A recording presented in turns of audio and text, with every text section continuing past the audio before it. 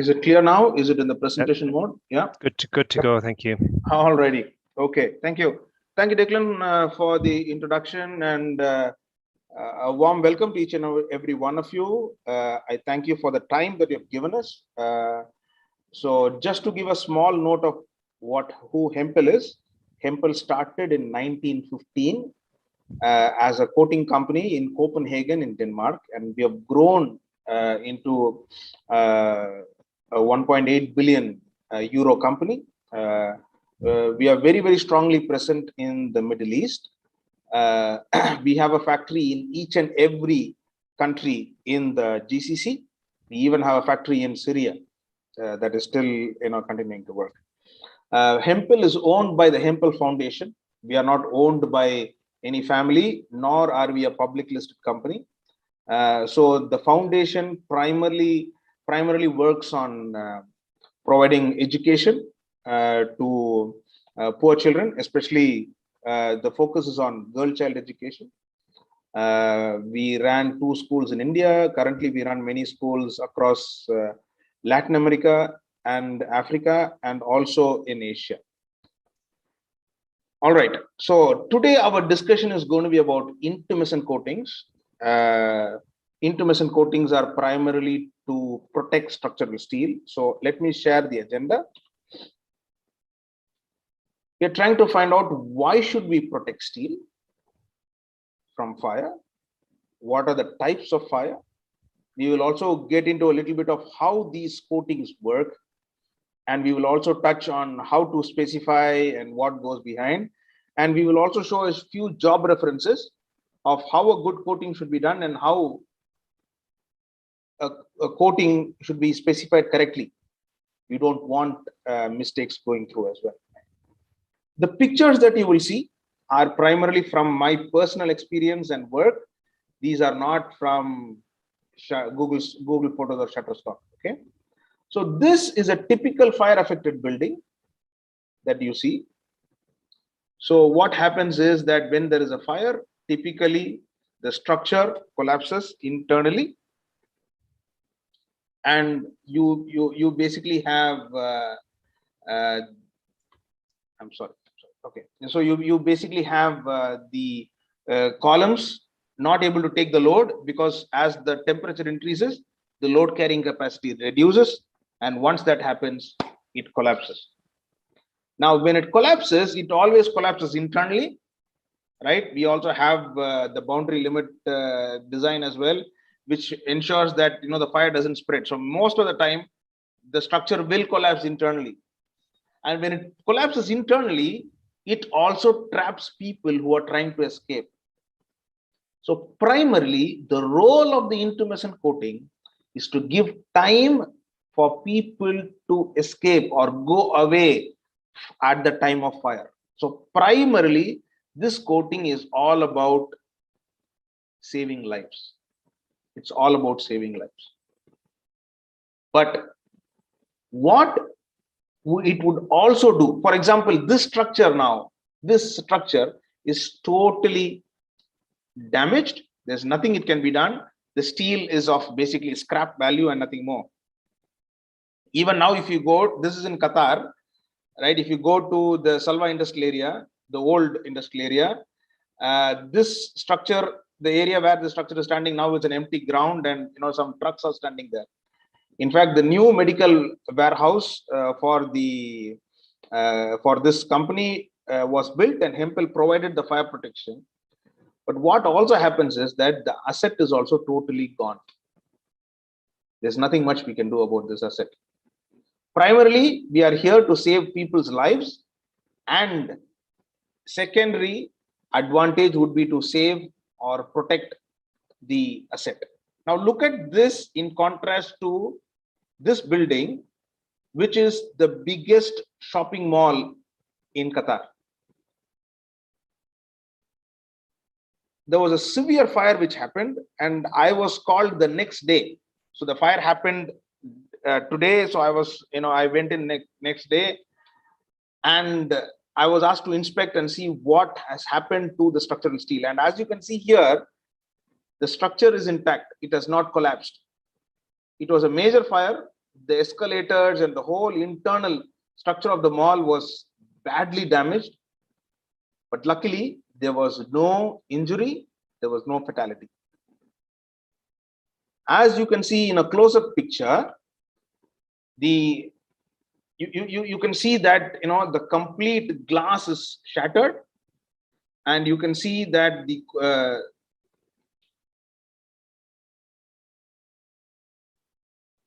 you can see that the glass is totally shattered. You can see the aluminum is melted away, but the structural steel is still intact. You can see a black char kind of soot which is formed over it, and that is basically the intumescent coating working to protect the structural steel passively. So we do what is called as passive fire protection here. So another close-up shot, you can see. So I'm actually measuring the depth of the char which is formed. So this measuring unit is about 80 millimeters. So you can see almost 40 millimeters has gone in. Right, this is the depth into which it has gone.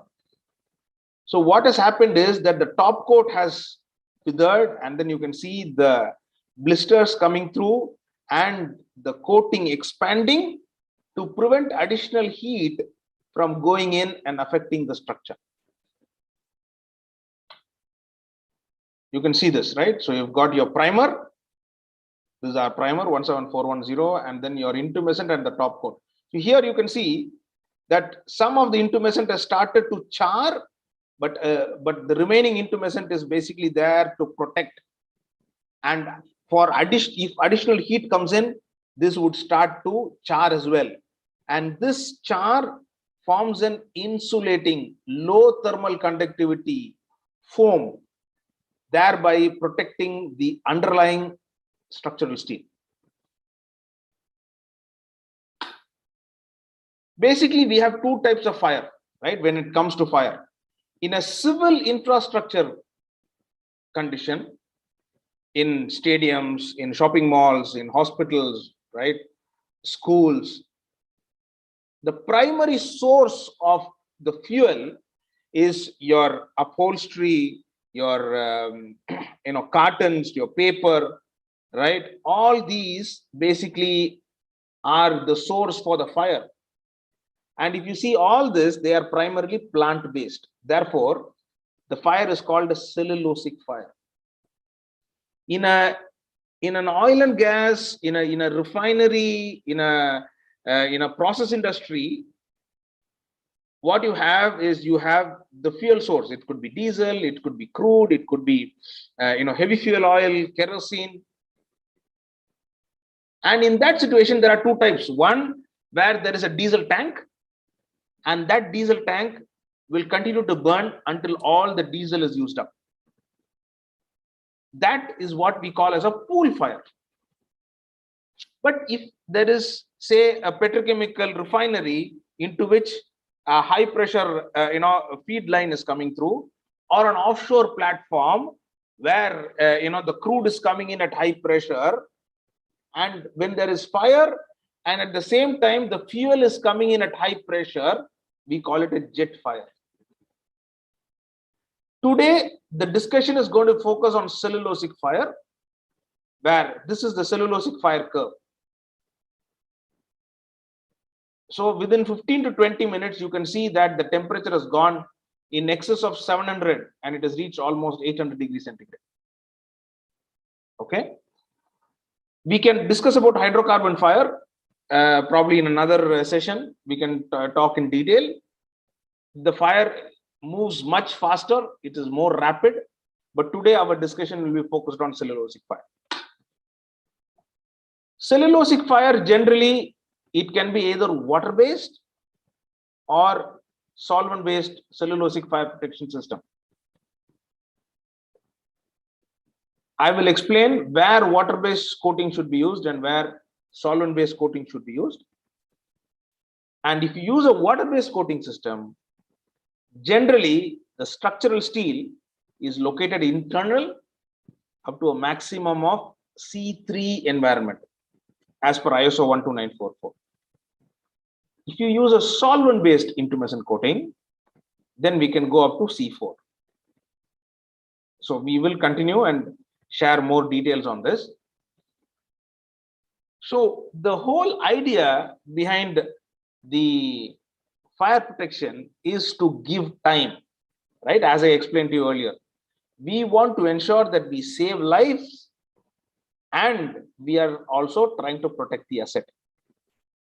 So as we discussed, so what you see is that the temperature, this is the fire curve, this is a cellulosic fire curve. So within 15 to 20 minutes, you can see that it has reached almost 800 degrees centigrade. The steel, if unprotected, will cross 700 degrees centigrade within 10 minutes. But if you protect it with an intumescent coating, we can ensure that it does not exceed 620 degrees centigrade. So steel at 620 degrees centigrade would still have about 40% of its load carrying capacity. Therefore, the structure will not collapse. So you've got 2 hours. It can, we can change it. It can be 60 minutes, 90 minutes, 120. Sometimes we have worked on projects even to 3 hours fire protection. So you can see that you still have 40% load carrying capacity. Therefore, the structure does not collapse. And that is how you protect it. So as I said, what we are doing is we are the specialists in passive fire protection. So what we are basically doing is we are ensuring that there is time for the active fire protection to work. For example, the fire engines. By the time the civil defense personnel come, you need time for people to escape. Even if you have a clear path for people to escape, where you have fire execution, evacuation plans and all that, you still need time for people to come out. And passive fire protection system, like for example, fire doors, right? They also play the same part. So by the time your sprinklers, your fire alarms and your fire extinguisher systems work, this passive fire protection will give time, right? And intumescent obviously is not the only thing. You have boards, you have cementitious material, and you also have your intumescent coatings. The boards are difficult to install. Cementitious material are probably cheap, but they look cheap as well, right? But structurally, the problem is that both these solutions have a major issue with corrosion. When we do construction, especially in the Middle East, a lot of it is coastal and corrosion is a major issue. When I started my career in this field of intumescent coating, which is about 18 years ago in Saudi Arabia, and then I moved here to UAE, corrosion was not a major question that people used to ask me. It used to be about fire protection, what do we do, how does it work? But now most of the consultants, most of the end users are now asking, will your coating system provide corrosion protection and fire protection? So it should not be that, you can see that there are gaps here and you can see corrosion starts here. Similarly here, there is corrosion in the interface between this cementitious material and the steel here. So we need to ensure that the system works. After 5 years, you might have a possible fire, or 10 years, and the coating system should be intact to ensure that the system works. Imagine this. You have a structure. Most of the steel structures are now exposed, right? All the wherever you go, airports, you see that the structure is fully exposed. And imagine trying to put the boards here. It's going to be extremely difficult to install. And it looks nice. It looks paint-like, aesthetically pleasing when you use a intumescent coating. If you use cementitious material, it doesn't look nice. Aesthetically, it is not pleasing. So if the structure is enclosed, then maybe you can consider, and if it is dry and there is no corrosion, you can consider cementitious material. But if it is going to be exposed, you want an aesthetically good looking coating finish. At the same time, it should also provide corrosion protection, right? So before I get into the chemistry side of it, I would like to show a small video of how the intumescent coating works. This video is taken in our Barcelona lab. You will see an eye section connected to thermocouples here, and you see this is the air temperature, the ambient temperature in the oven, and you can see the coating here is expanding, and we are measuring the internal steel temperature here using this thermocouple. And you can see that even though the temperature reaches even 900 degrees centigrade, the structure still stands. It has not collapsed. And you see that the coating has fully expanded. So what basically happens? So after 1000 degrees, I think we lost our camera also, right? So what basically happens here is that you have your steel, there is a primer applied, and then the intumescent is applied. So as the temperature increases, so typically there is the binder system is used to spread the coating, right? So typically for a cellulosic intumescent coating, you will have an acrylic binder, say like a water-based binder or a solvent-based binder. And then you have a catalyst like ammonium polyphosphate. When the steel reaches a temperature of 200 degrees centigrade, the catalyst triggers acid reaction, and slowly this carbon source, a material like pentaerythritol, it starts to give out carbon.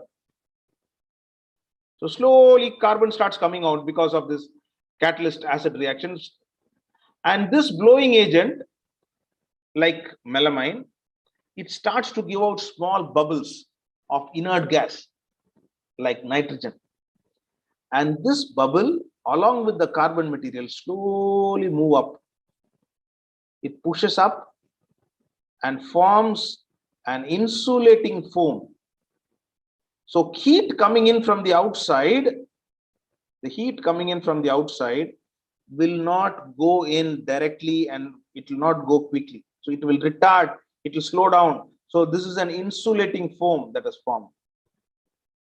And this foam will ensure that that steel does not reach the critical temperature. Yeah. So this is primarily what we are doing here. Let me show you another short video. It will help you, pick up.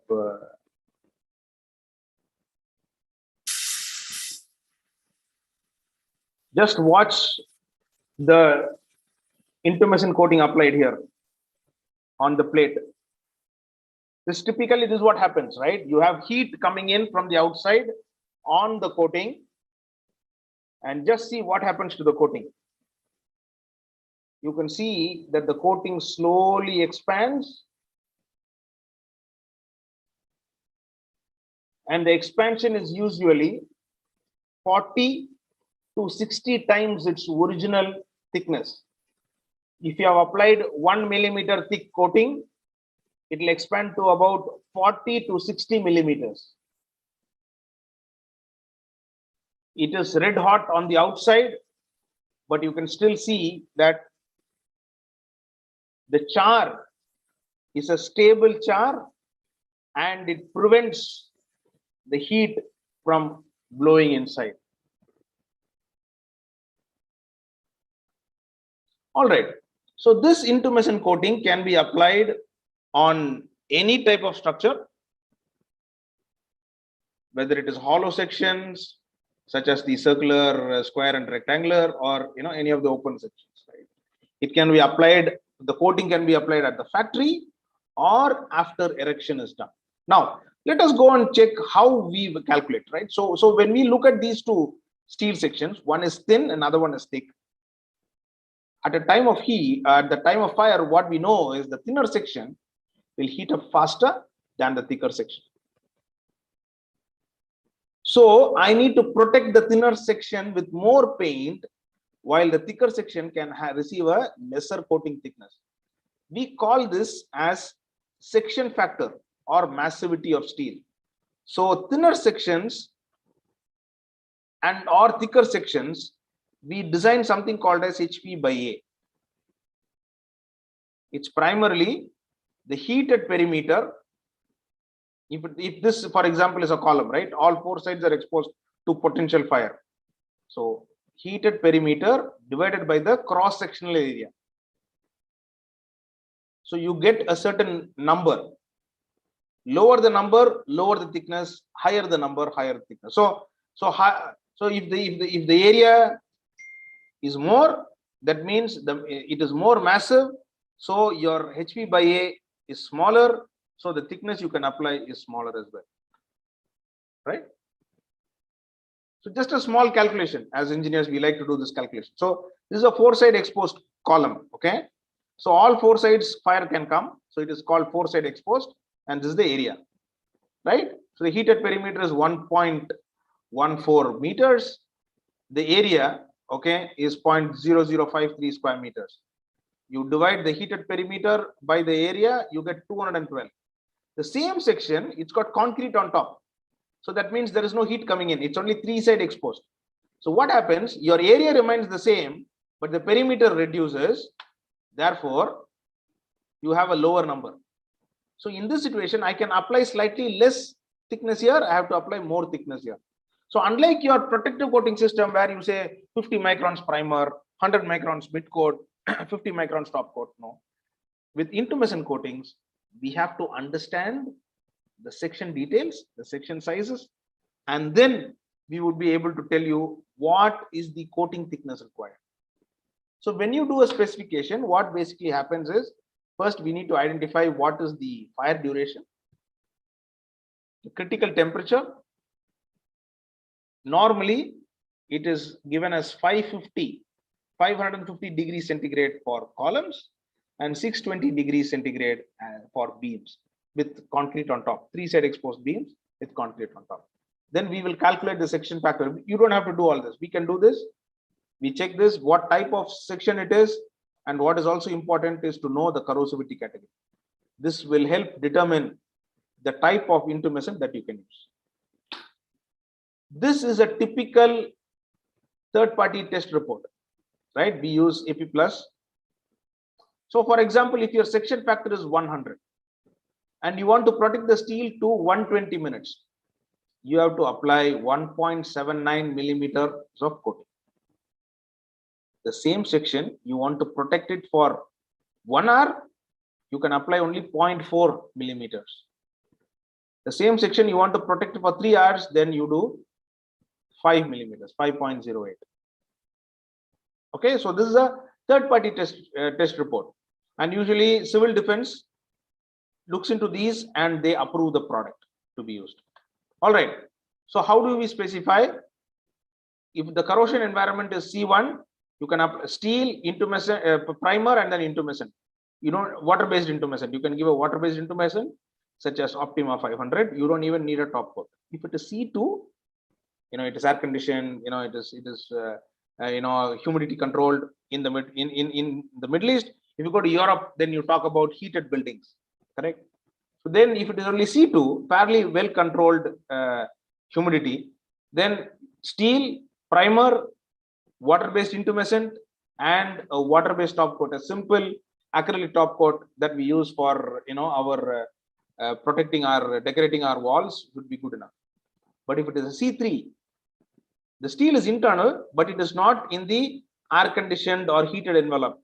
It is outside, subject to lot of humidity and possible corrosion. Then we would recommend that you put a polyurethane top coat, one single coat of polyurethane at 100 microns.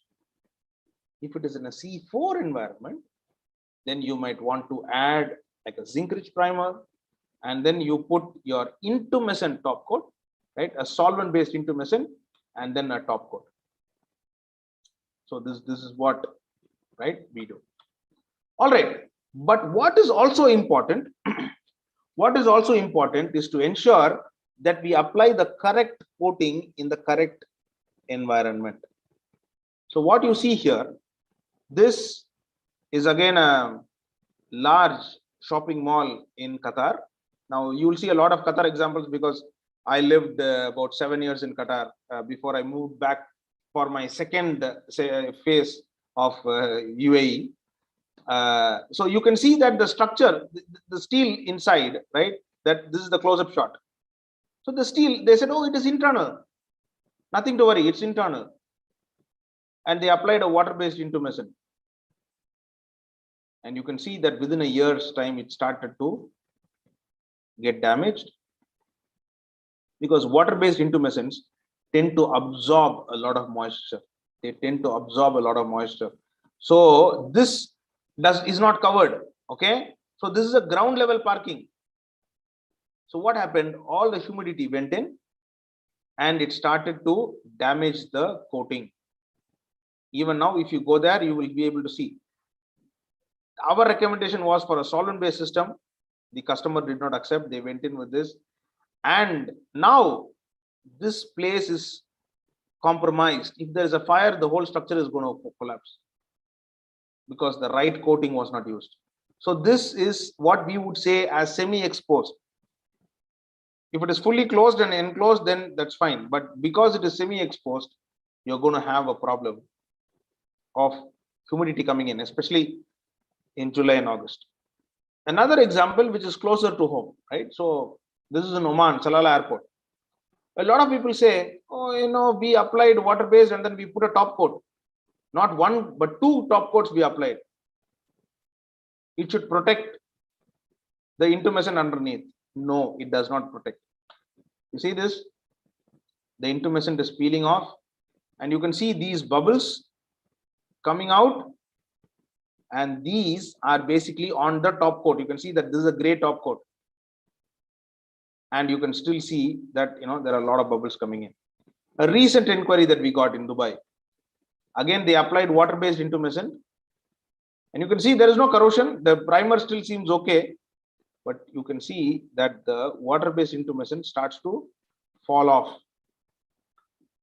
A closer shot, you can see that it tends to fall. So very important that we select the right product for the right environment, and Hempel is here to help you and support you and give you details on how the application can be done and what is the right methodology and what is the right application to be done, where it should be applied, where can we use water-based, where can we use solvent-based. And Hempel does provide end user support.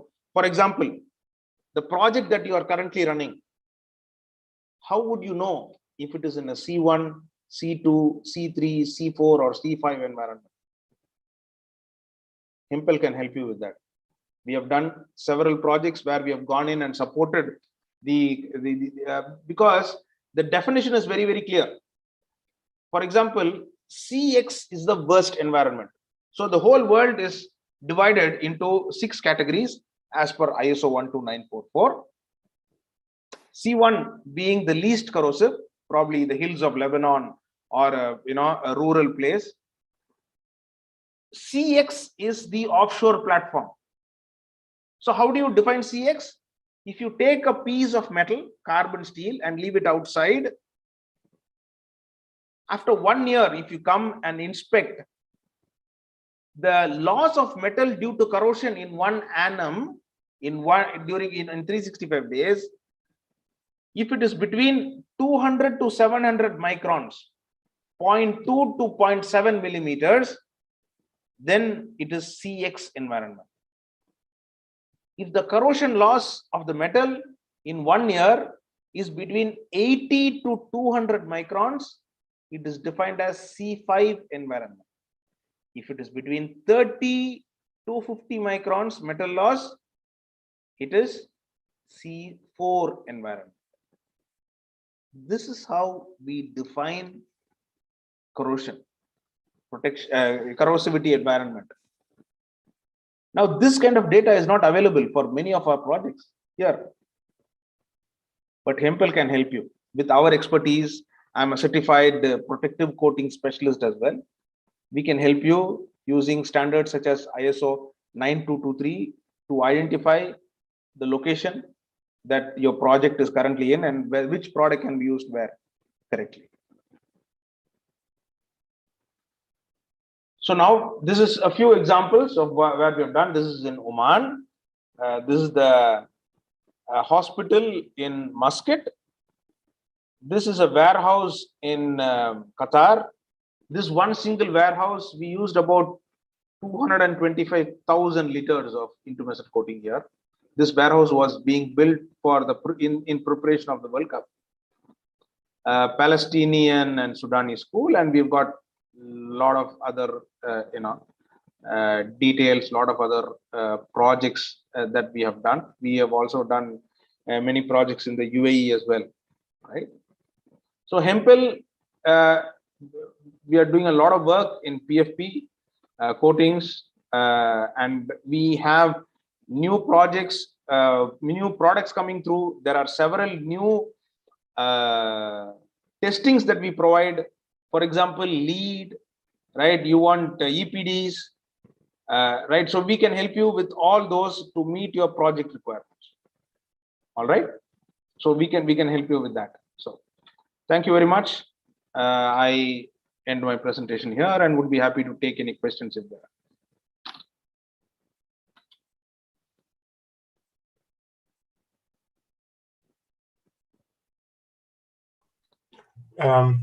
Declan, you're muted. Thank you. Thank you very much, Manoj, for that very clear and informative presentation.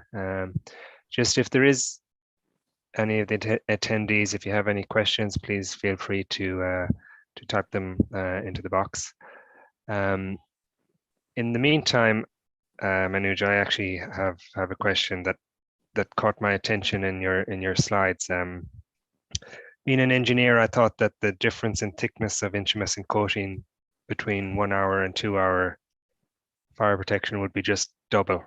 But I noticed from the table that it's a lot more than that. It's quite significant. Have you got any more information on how that is? Okay. See, what happens is that, when we do this testing, right? So there are about 4 standards that world over people use commonly. Okay, you have BS 476 part 20, which is a very part 2021, which is a very common standard used here in the Middle East as well and in the UK. Then Europe now gets into another standard called EN 13381. In the US, you have standards like UL 263 and ASTM E119, right?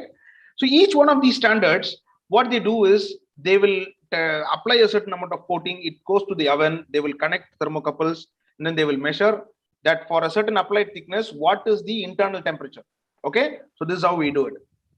So when you consider the temperature and the fire protection required for 1 hour, 2 hours, and 3 hours, what happens is 60 minutes is a certain time limit where you can apply a lower thickness and get away with the protection. But as soon as you move from 60 to 120 minutes, then the stress on the steel is way higher. So in order to protect it, okay, and when you expose it for a long time, steel absorbs that latent heat. So to prevent it, what we do is we have to apply higher thickness. So a lot of times what I've seen is you take a 2 hour project, you take a 1 hour project. The 1 hour is probably a quarter of the 2 hour, right? And now, so now the question is, should you protect it for 2 hours or should you protect it for 1 hour? So that decision is primarily down to the civil defense. A lot of times they will have certain criterion. They might say that there are certain warehouses which are having flammable material, then you need to protect it for 2 hours. Occupancy is also another important factor. If there are only 2 people in the whole building, they can come out, right? So you can even we did a project recently for Dukum refinery. They needed only half an hour fire protection. Okay. 30 minutes, right? Because all the evacuation plans were clear, and it was a maintenance building, and they did not envisage anything more than 5 to 10 people at any point of time in the building. So that was good enough for them. So that will depend on this. Yeah. Okay. Thank you. Thank you.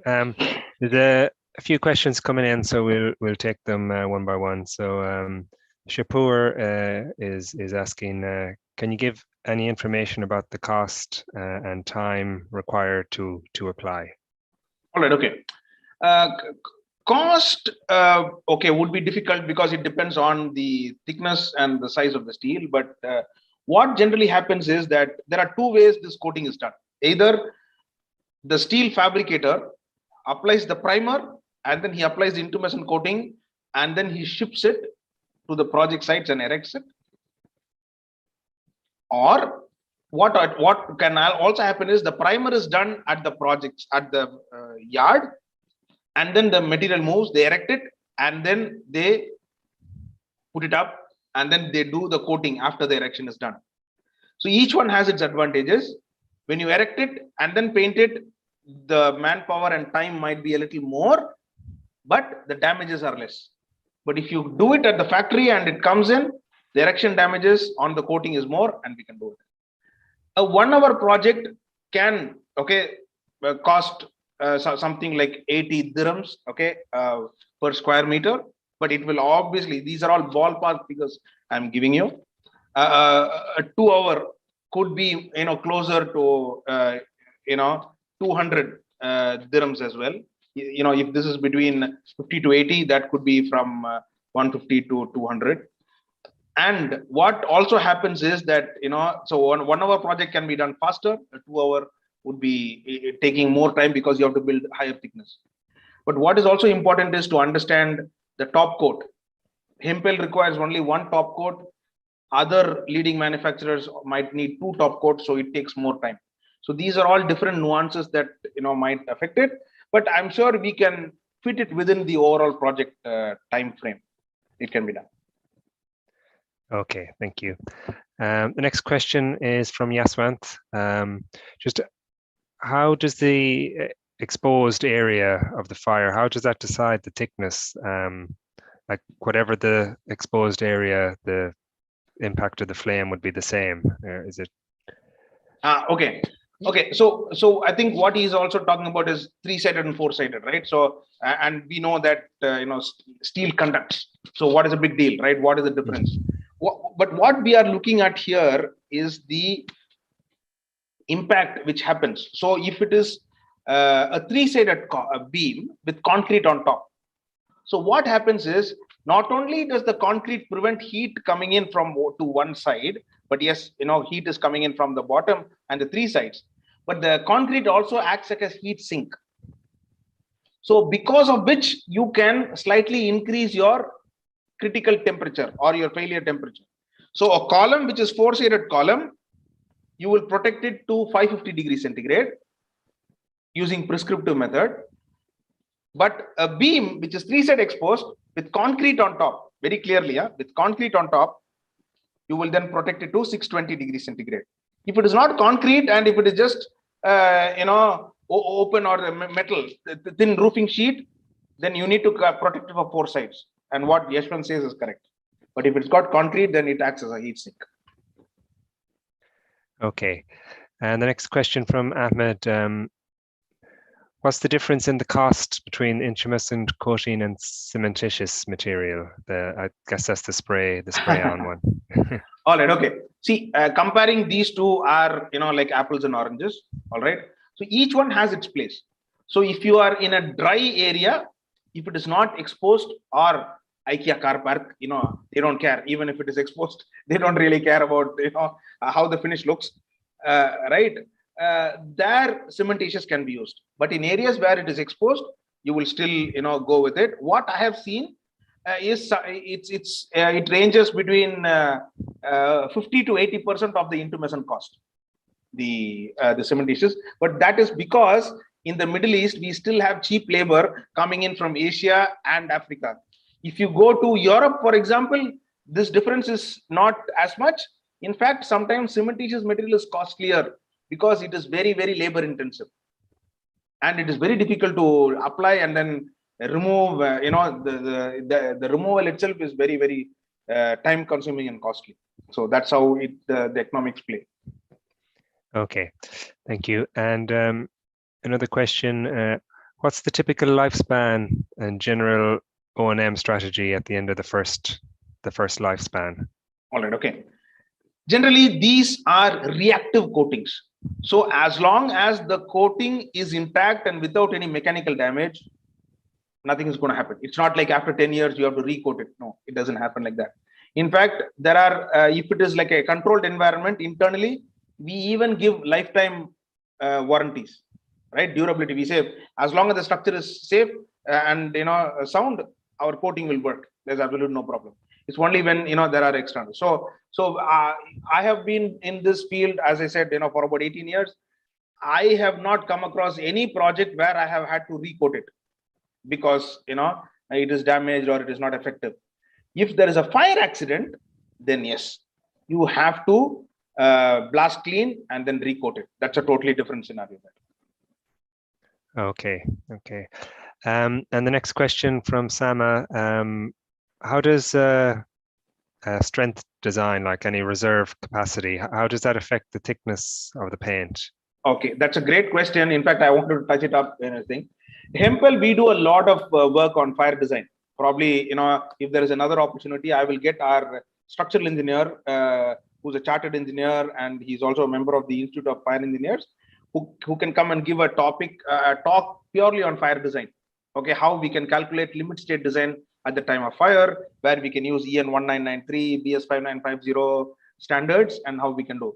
Right, when we typically look at the capacity utilization, for example, right, we've calculated live load, dead load, seismic load, wind load, right, snow load, whatever, right, and then we know that we need 80 kilonewton load. 80 kilonewton is the load that is coming in. So the engineer designs it for 100 kilonewton. So it is protected for only 80% capacity utilization. So it's only 80%. So the temperature that I talked about, columns 550 degrees centigrade, beams 620 degrees centigrade, is based on 100% utilization. As soon as you say it is only 80% utilized, we can increase the failure temperature and thereby reduce the thickness. And there is a lot of value engineering that we can bring to you and your end user through this. So Hempel can provide a lot of support in fire engineering. The thickness will greatly reduce. As the capacity utilization is reduced, the thickness can be reduced. Yes, I can see an opportunity there for sure. Yes. Okay. Next question is from Hussein. Does Hempel conduct any analysis to arrive to the original coating thickness in case of pool or jet fire in a hydrocarbon facility, or some specific data required to be shared to arrive at that thickness? All right, okay. Generally, what happens is the facilities, right, the refineries, they will have their defined criterion, right? What they will say is, here I have a tank, a diesel tank, and the area surrounding it, we want to protect it to pool fire.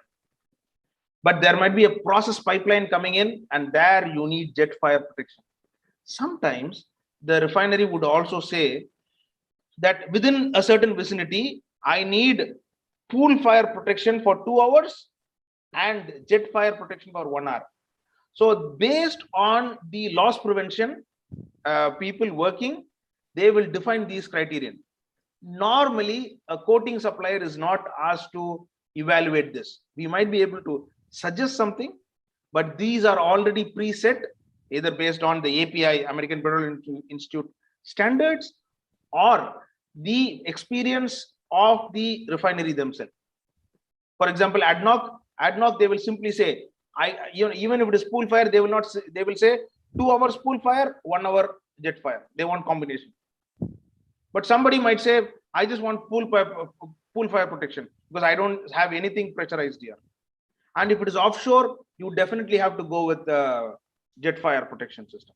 So that's how generally it protects. Okay, thank you. So Shapur has got just a follow-up question. I think he asked the first question about the time and cost. Yeah.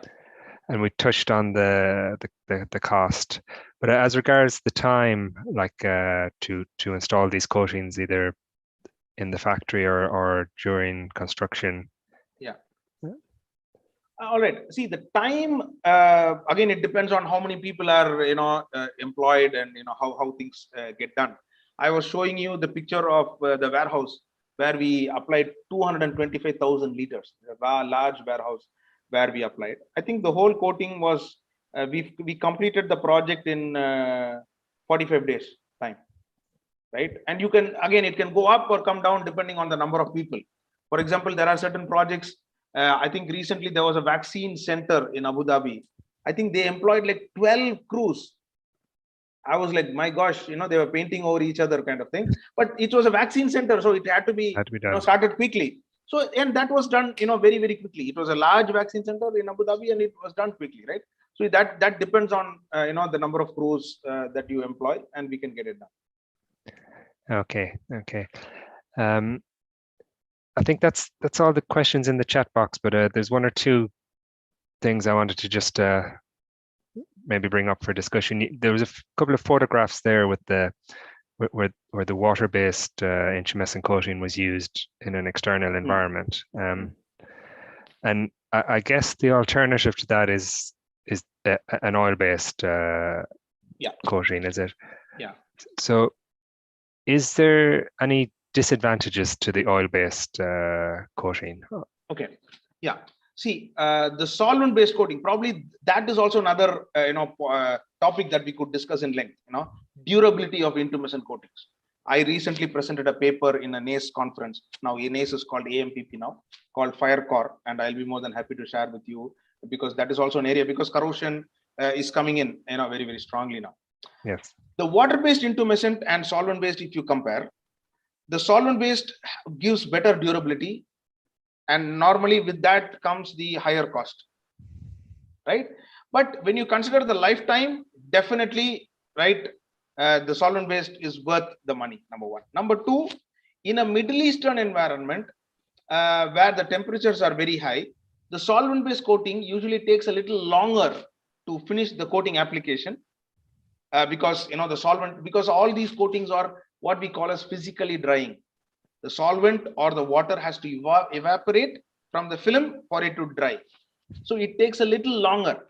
So what you have to do is you have to select the right product, because a product such as Hempel, we can apply at a high thickness. So what happens is you can save time. So the applicator goes, he applies high thickness in one area, then goes around, finishes, and by the time he comes, it is ready to take the next coat. So that only two disadvantages are that the material is slightly costlier and the application time is a little longer. But other than that, it works fine, and it's well worth the problem of having to repair, right? Yes, that is yes. even costlier, more time consuming, and it results in major problems. So we don't and now there are new products which come in, which will also give you very, very competitive thickness and the loading as well. So that is also coming through. Okay, thank you. In a lot of factories, warehouses, you've got the main steelwork running through the roof, and you got the insulated panels on top. But you also have the small, we call them purlins. They're the silver guys. That are only 1 to 2 millimeters thick. Have you ever had consultants specifying those to be also fire protected? Okay, generally you protect only the load carrying primary members, okay, and the secondary load transfer members can also be protected. But the Z purlins, primarily they are mostly Z purlins. They are tertiary. They are tertiary members and only protecting, who are supporting the roof on top. You don't need to protect them. In fact, recently I think I did a presentation, and one of the consultants wanted me to give in writing how to go back to the end user and tell him you don't need to protect it. So we did give some details. So but we don't need to, and we don't need to protect it. Okay, that's good. Just another note in the questions is if you can share your contact details or your email address, so that people will be able to make contact with you. This webinar is going to be broadcast on YouTube, and it'll be there for future reference as well. So I'm putting it on the chat box. I hope everybody is able to see that.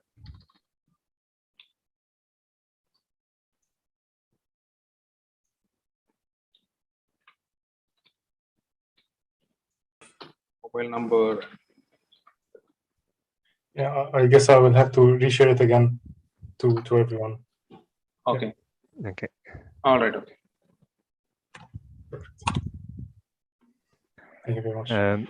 So actually the final question, because there's a lot of talk about sustainability recently. Yes. So Yeah. you mentioned EPDs. That's Yeah. environmental protection data sheets or something. Yeah. It's a directive. Yeah. So have you got like if someone asked you what's the embodied carbon of your product, would you be able to give that advice? Yes. We can do that. What we have done is that it's a system driven thing, right? So you also have your primer, you have your intumescent, and then you have your top coat. So for example, if somebody wants LEED certification, GSAS in Qatar, Estedama, right, in Abu Dhabi. Now I think Dubai has got Al Safat, right? And Yes, we can help you, right? We can help you with all these things. So we work with customers depending. In fact, now people are asking about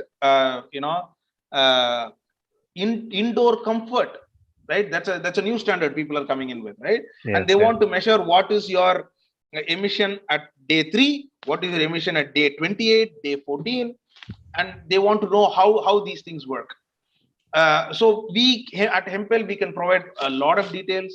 In fact, we can even provide a complete system.